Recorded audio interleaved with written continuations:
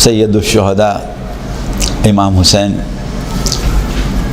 ابن علی ابن ابی طالب علیہ السلام کی شہادت کا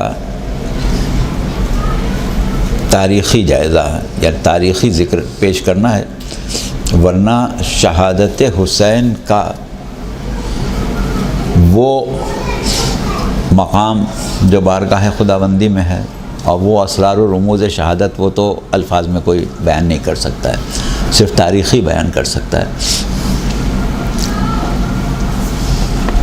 اور ہم نے ہر شہید کی شہادت بیان کرنے سے پہلے ایک حد تک تعارف بھی کرایا ہے، لیکن اب امام حسین کی ذات وہ ذات ہے کہ مختصر سے مختصر تعارف بھی کرانے کے لیے ایک دفتر چاہیے، لہٰذا امام حسین کا تعارف تو ہم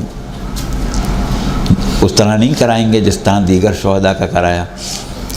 بس تعارف آپ کا یہی ہے کہ آپ کا تعارف آیا تطہیر ہے، آپ کا تعارف آیا اطاعت ہے، آپ کا تعارف آیا خمس ہے، آپ کا تعارف آیا مباہلہ ہے۔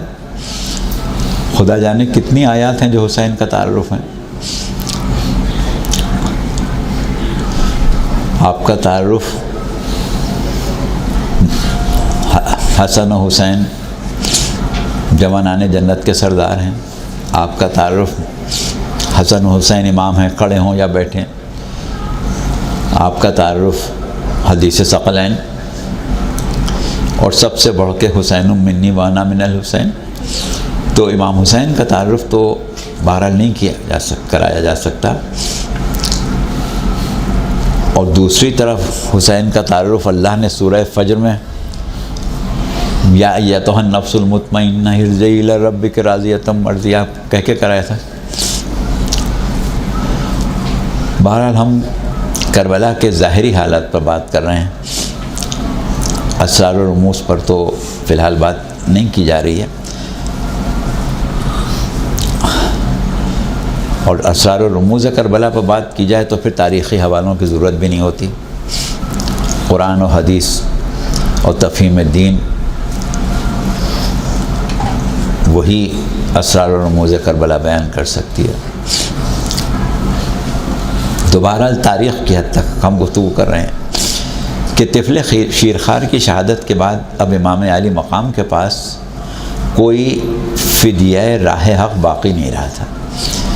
کربلا میں جو تسلسل مصیبت تھا اس کا تقاضا یہی تھا کہ جو جتنا پہلے شہید ہو گیا، بعد کے مصائب اور سختیاں خصوصاً شدت پیاس اور دیگر صدمات سے نسبتاً کم دوچار ہوا، اور جو جتنی دیر میں شہید ہوا اتنی ہی سختی زیادہ برداشت کی۔ امام نے جنگ کربلا کا نقشہ اس طرح بنایا تھا کہ مصائب و شدت غم و آلام اور صبح سے شام تک کی ہر سختی، پھر تنہائی، غربت، بے کسی کی انتہا، سب کچھ امام نے اپنے حصے میں رکھا۔ امام حسین عام شریعت اسلامی اور دین حقہ کے محافظ تھے، اور تبلیغات پیغمبر اسلام کی بقا کے ضامن بھی تھے، لیکن دوسری طرف وجوب قتل اور قتل گاہ تک خود پہنچنا، اور پروردگار عالم کا یہ کہنا کہ جن پر اللہ نے قتل ہونا واجب کر کے محضر شہادت تیار کیا ہے، ان سب کو منظم طور پر اکٹھا کرنا اور عہد الہی کو بحسن خوبی پورا کرنے کا موقع فراہم کرنا بھی امام حسین کی ذمہ داری تھی۔ یہ وہ ذمہ داریاں تھیں جو عمومی شریعت کے علاوہ تھیں، اور اولین و آخرین میں سوائے سید الشہداء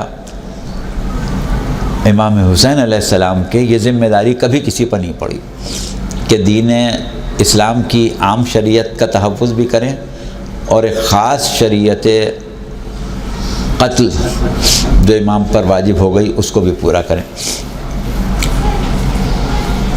بہرحال امام اب ان مراحل کو کما حقہ پورا کر چکے تھے۔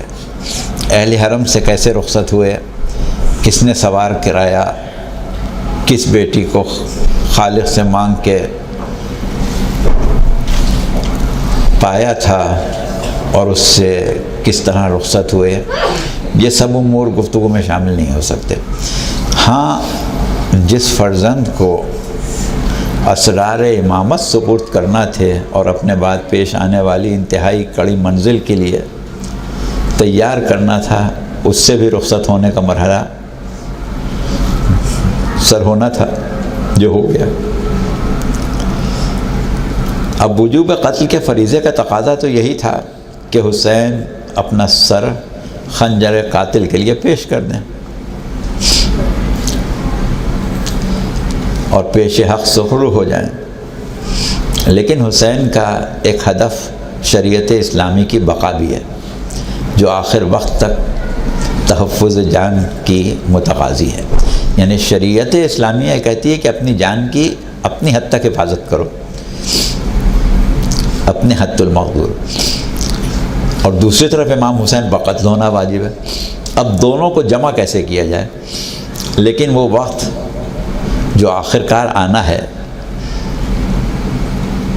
کہ حسین یہ آواز دیں کہ اگر دین حقہ کی بقا میرے خون سے مشروط ہے تو تلواروں آؤ، نیزوں آؤ، تیروں آؤ، حسین کو ٹکڑے ٹکڑے کر دو، مگر ابھی نہیں۔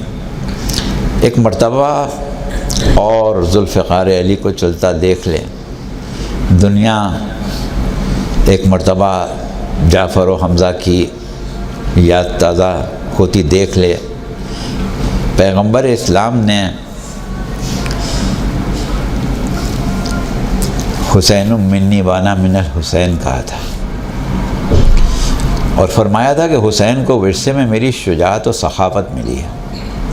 اب اگر حسین کو کبھی میدان جنگ میں حرب و ضرب کے جوہر دکھانے کا موقع ملتا، پیغمبر اسلام کو تو کبھی میدان جنگ میں حرب و ضرب کے فن کو پیش کرنے کا موقع نہیں ملا۔ ہمیں نہیں معلوم کہ اگر رسول اللہ جنگ کرتے تو کیسی کرتے، لیکن معلوم ہو گیا جب حسین نے جنگ کی۔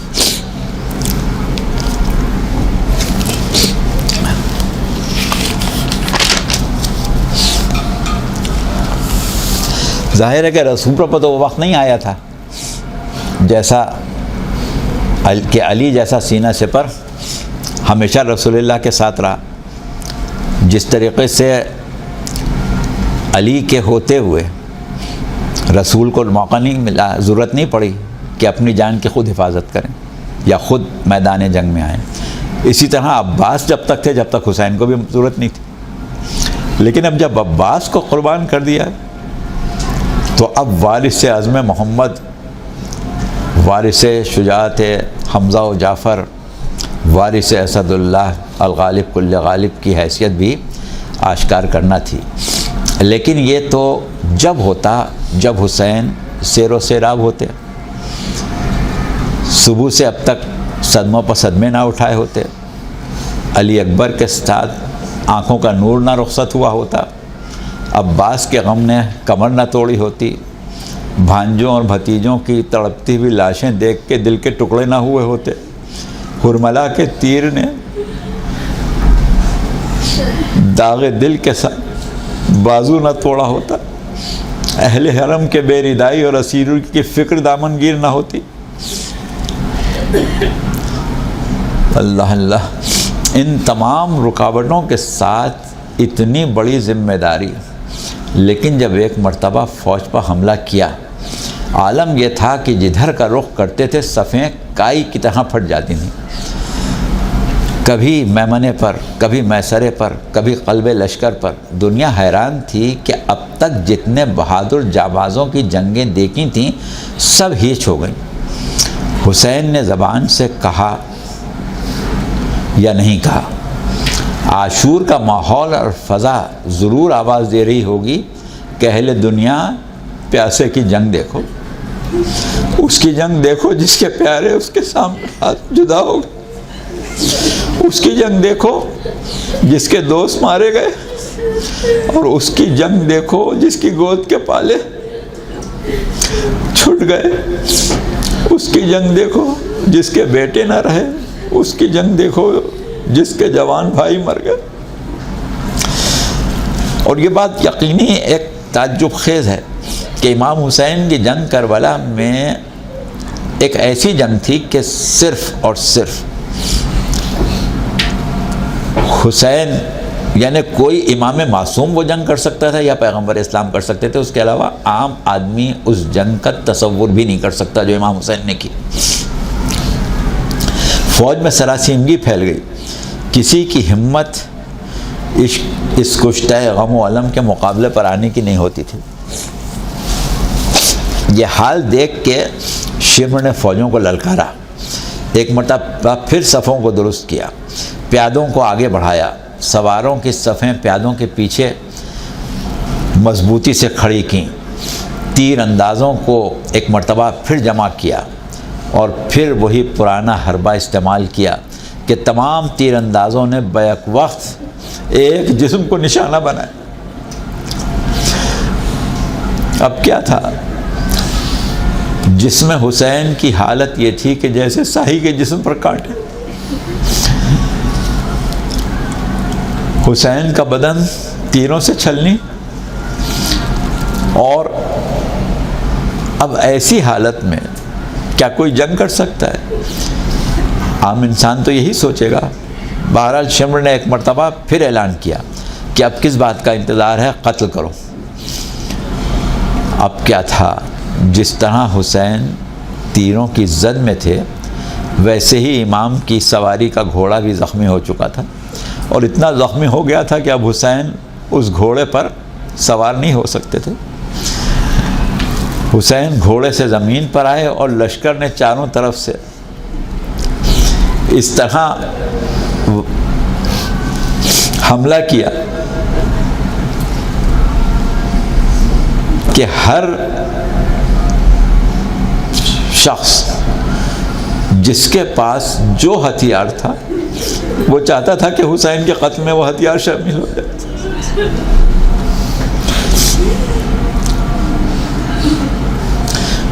اب یہ بات بظاہر تو ممکن نہیں نظر آتی کہ ایسا شخص جنگ کر سکے اور ان لوگوں سے جنگ کر سکے۔ بہرحال تاریخ یہ کہتی ہے کہ حسین نے مقابلہ کیا اور فوج کا حلقہ بھی توڑا، نہر کے قریب بھی پہنچے۔ اس وقت حسین ابن تمیم کا تیر، اس وقت حسین ابن تمیم نے ایک تیر دہن اقدس پر اس طرح مارا کہ منہ سے خون جاری ہو گیا۔ اس وقت زبان امام حسین پر شکر خدا جاری ہوا اور شمر نے پیادوں کا ایک دستہ اپنے ساتھ لیا اور چاروں طرف سے گھیر لیا، لیکن حسین کا ایسا روب طاری تھا کہ اب بھی آپ جدھر کا رخ کرتے تھے لوگ منتشر ہو جاتے تھے۔ ایک سپاہی نے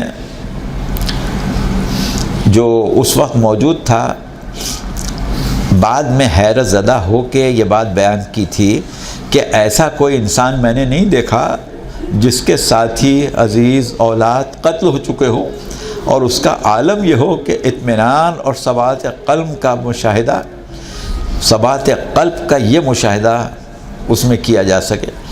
بہرحال یہ مقابلہ کب تک چل سکتا تھا؟ اب حسین زمین گرم پر گر چکے تھے۔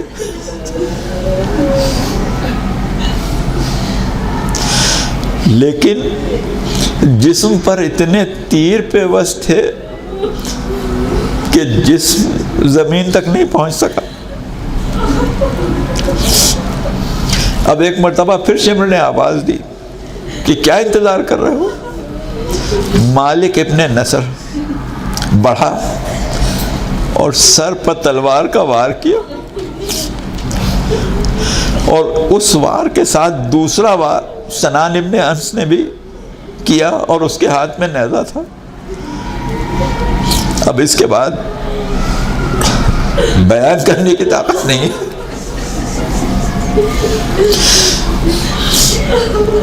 کہ شمر کا خنجر کس طرح پھنسے گا۔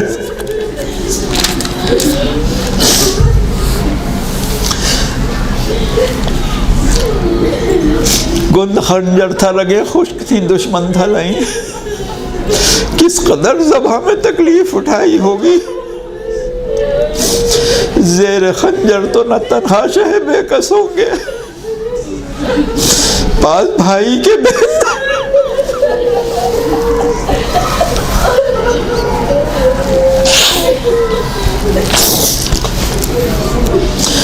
بہرحال سر حسین نیزے پر بلند.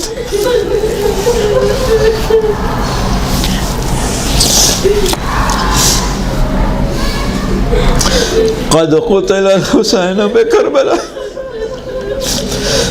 قد ذبح الحسین بکربلا.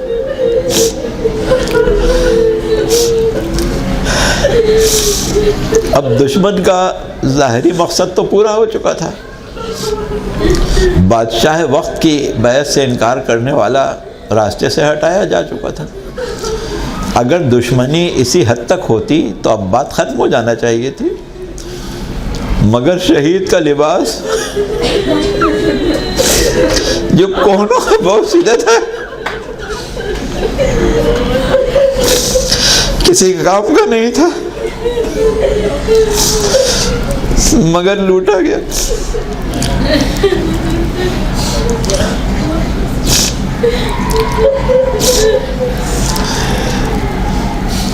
اب سوچنے کی بات ہے کہ وہ معصوم بچے، وہ بیویاں، وہ بچیاں جو میدان میں نہیں آئے تھے، اب فوجوں کی حملوں کی زد پر کیوں آ رہے ہیں؟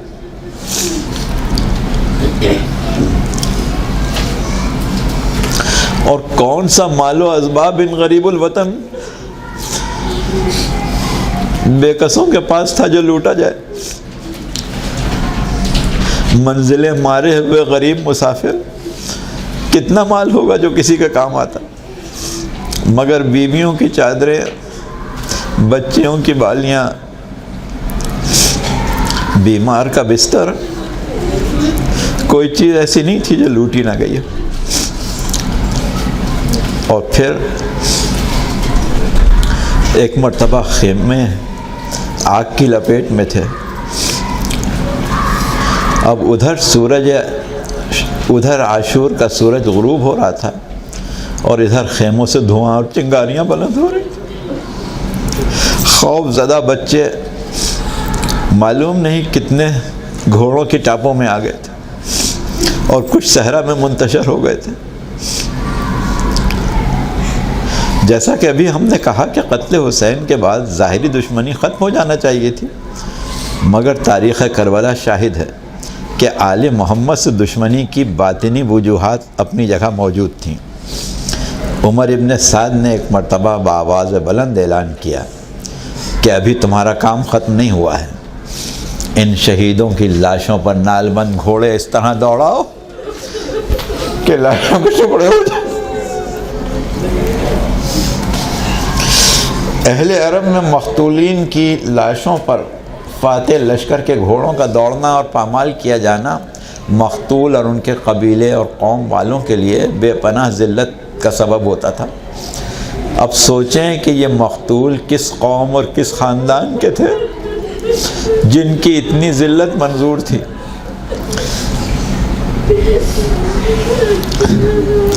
اور یہ لاشوں کی پامالی کا تذکرہ ہم کسی شیعہ کتاب سے نہیں پڑھ رہے ہیں، یہ مسلمانوں کی مستند تاریخ طبری میں لکھا ہوا ہے.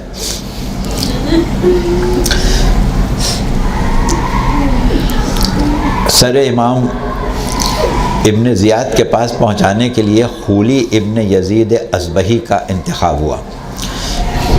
یہ بات زیادہ مشہور ہے کہ خولی سر امام کو لے کے کوفے سے دمشق بھی گیا تھا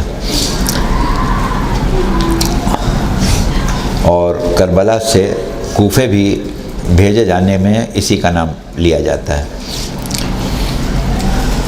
ایک بہت اہم روایت ہے جس کو بھی ہم آگے چل کے بیان کریں گے.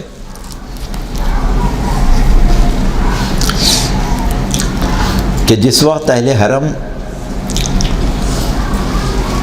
کوفے میں پہنچے تھے اس وقت کا ایک خاص موقع ہے جس کے بارے میں ہم ابھی انشاءاللہ تذکرہ کریں گے. فی الحال اتنا سن لیں کہ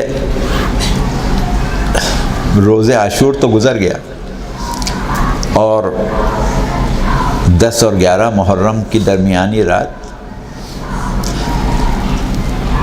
ان بیویوں نے اور بیمار نے کس طرح جلے ہوئے خیموں کی رات پر گزاری ہوگی، لیکن باہر 11 محرم کی صبح کو سربرہنہ بیویوں کو بے قجاوہ اونٹوں پر سوار کرا کے ہاتھ پس گردن سے باندھے گئے تھے، جبکہ کمسن بچے اور بچیاں انہی اونٹوں پر اس طرح سوار کرائے گئے تھے کہ پشت شتر پر سنبھلنے کا کوئی انتظام نہیں تھا۔ بچے اونٹوں کی پیٹھوں پر بیویوں کا لباس پکڑ کے بیٹھے تھے، اور جب اونٹ دوڑتے تھے تو خدا جانے کتنے بچے اونٹوں سے گرتے تھے۔ اور بیمار کربلا امام زین العابدین علیہ السلام جو ہتھ کڑیوں، بیڑیوں اور طوق گراں بار میں اسیر کیے گئے تھے، جب ایک مرتبہ 11 محرم کا سورج تقریباً نصف النہار کے قریب پہنچ گیا تھا اور خاک کربلا دھوپ کی تپش سے گرم ہو چکی تھی، اب یہ اسیران کربلا مقتل میں بکھری ہوئی لاشوں کے قریب لائے گئے تھے اور پھر کوفے کی طرف روانہ ہوئے تھے۔